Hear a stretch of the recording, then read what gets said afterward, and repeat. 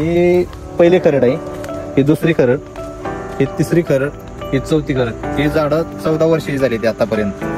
तरी करड मारल्यानंतर 30-35 किलो माल 2-2 वर्षात निघू शकतो एका झाडांना. तर पहिल्या वर्षी 25 ते 20 किलो माल सहज निघू शकतो, काहीच प्रॉब्लेम नाही.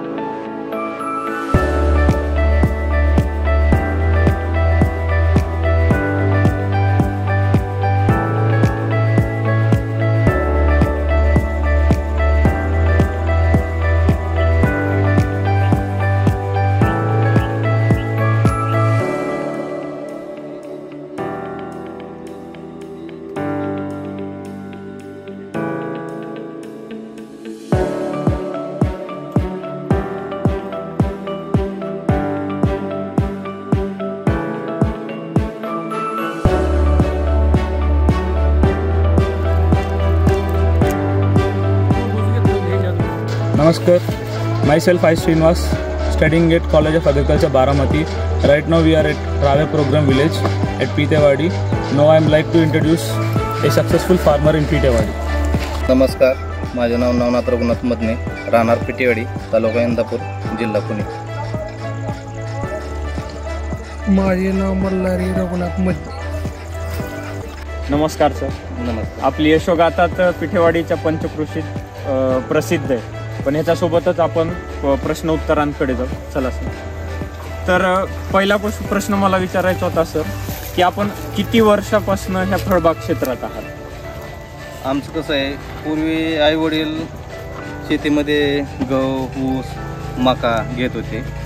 नंतर आम्ही हळूहळू जवळ आम्ही शेतीत म्हणजे शाळेत होतो त्यावेळेस असं पिकं घेत होती की ते काय परवडत नव्हतं. 30 टन ऊस जायचा, 35 टन कधी निघत होता. काय वेळी दुष्काळ परिस्थिती आली, नंतर काहीच हाती लागत नव्हतं. नंतर असं भविष्यात वाटलं की कमी पाण्यात डाळिंब येते म्हणून प्रत्येक जणाकडं फळबागेत जाऊन चौकशी केली.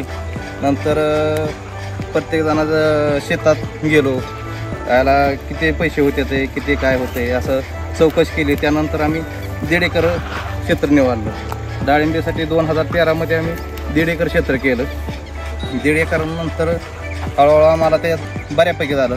पहिल्याच बाराला आम्हाला जवळजवळ 750 झाडात 95 रुपये दर गावला होता. त्यावेळेस 15 ते 16 टन माल निघाला होता. 11.25 लाख रुपये झालं होतं त्यावेळेस 2015मध्ये. 13मधली लागवड होती. आणि नंतर हळूहळू 2 एकर, 1.5 एकराचं 2 एकर, 4 एकर असं करत गेलो. आज 12-13 वर्ष झालं आमच्याकडे डाळिंबीचं पीक आहे. आंतरपिकाबाबत सुद्धा खूप सक्सेसफुल आहात, हे आम्ही पिठेवाडीत सुद्धा खूप ऐकलं. तर त्याबाबत तुम्हाला काय सांगते? वांगी असलेली, मिरची असलेली, कोबी असेल, असे आंतरपीक घेतो. ह्यातनं एक वर्षाकाठी 4 ते 5 लाख रुपये नफा मिळू शकतो.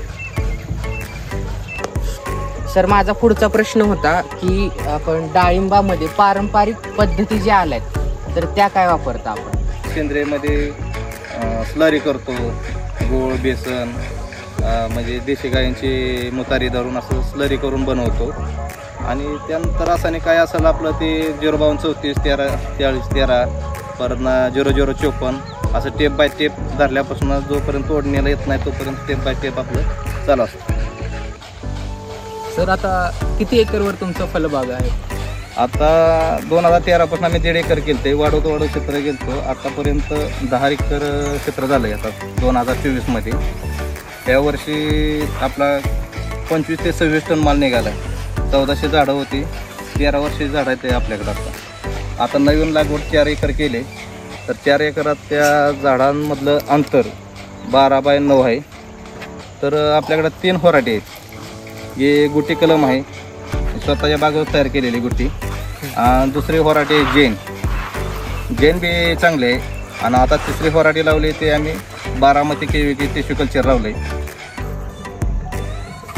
सर, आपण आपल्या डाळिंबाच्या नवीन लागवडीत आहात, पण मला दिसतंय की आपण नवीन लागवडीसोबत ह्या लागवडीतलं जे आंतरपीक आहे त्याच्यावर पण आपण बराच खर्च केला आहे, मल्चिंग केली आहे. म्हणजे डाळिंबाच्या लागवडीसोबतच आपण आंतरपिकांवर पण अधिक लक्ष देत आहे. ह्याचं कारण काय सांगू शकाल सर? डाळिंबाला वैयक्तिक खर्च करायची गरज नाही आंतरपिकात.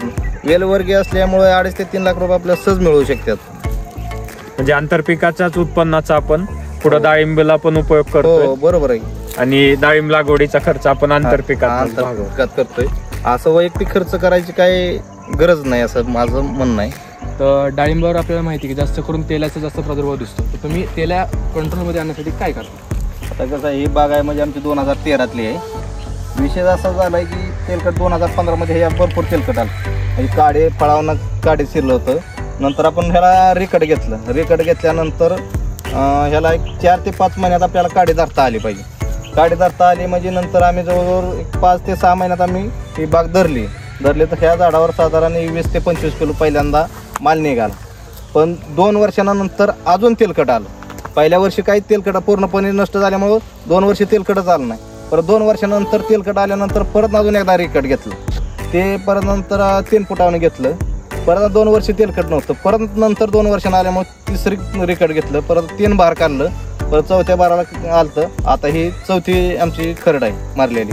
त्यामुळं आता ही काडी जवळजवळ 1 महिन्याची काडी आहे. 25 ऑक्टोबरला आम्ही छेदणी केली त्याची.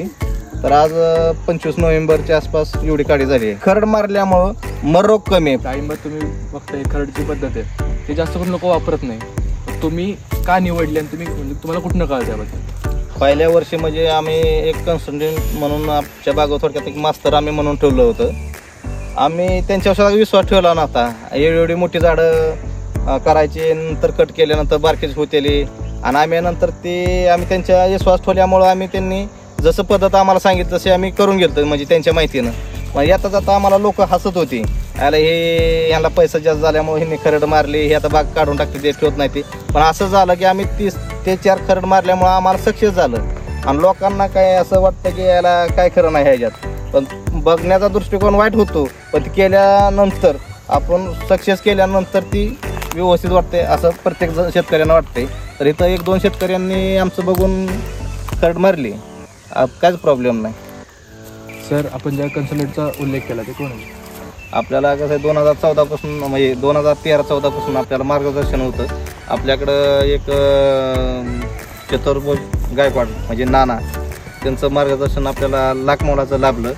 सर, आपण याच्यात जमिनीची निवड कशी केली आणि पाण्याचा सोर्स काय आणि पाण्याचं नियोजन कसं करता त्याबद्दल सांगा. आता असा विषय आहे की डाळिंबासाठी खतपण मुरमाडच जमीन योग्य आहे. कसं आहे की काळ्या रानात मर रोग लवकर लागतो, 4 ते 5 पिकं निघू शकते ते. आणि खडकाच्या रानात 8, 9, 10 पिकं म्हणले तर जवळजवळ आज आमचा 11वा बार आहे, ते आता चालूच आहे. तर पाण्याचं नियोजन असं केलं की इथं आसपास नदी आहे, पण एक 8 मैल नदी आहे, 8च महिनं पाणी टिकू शकतं. आणि दुसरी गोष्ट की आपल्याकडं बोरवेल आहेत, तो माझा 8 ते 9 बोरवेल आहेत. त्या बोरवेलवर नियोजन होतं आहे. तर सेटिंग काळात बाग धरल्यानंतर आम्ही पहिल्यांदा स्टार्टला इथरेल मारल्यानंतर पहिल्यांदा मोकळी बाग भिजवून घेतो. काही शेतकरी म्हणतात बाग तगाऱ्यावर जाते, काय होते, पण तगार बेगार अजिबात बागाला काय निघत नाही. तर सेटिंग होस्तोर एक 2 ते 2.5 महिन्यापर्यंत ते 3 ते 4 वेळा आपली बाग भिजवायची होती. सर, आपण बागेमध्ये सेटिंग करण्यासाठी म्हणजे नैसर्गिक आपल्या काय वापरता का सर? काहीच वापरत नाही. कसं आहे आपोआपच सीझन असतो. मार्चमध्ये बार धरल्यानंतर आसपास साईडला मोठी झाडं आहेत, तर तिथं अगोदर मधमाशी येऊन बसलेले पोळे केलेले असतात आणि तिथून ते मधमाशी त्या पिरियडमध्ये नैसर्गिक आपल्याकडं बागाचं सेटिंग भेटते.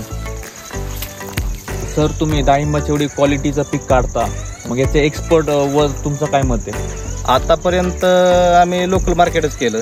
जागेवर सुद्धा आम्हाला एक्सपोर्ट सारखा भाव भेटला, 140-145 रुपयेपर्यंत दर भेटला. पण इथनं मोहरं भविष्यात आम्हाला एक्सपोर्ट कमीत कमी 200 ते 250 रुपये डाळिंब कसं विकल त्याच्याकडे आमची वाटचाल जास्त आहे. इथनं मोहरं एक्सपोर्ट आम्ही करू शकतो.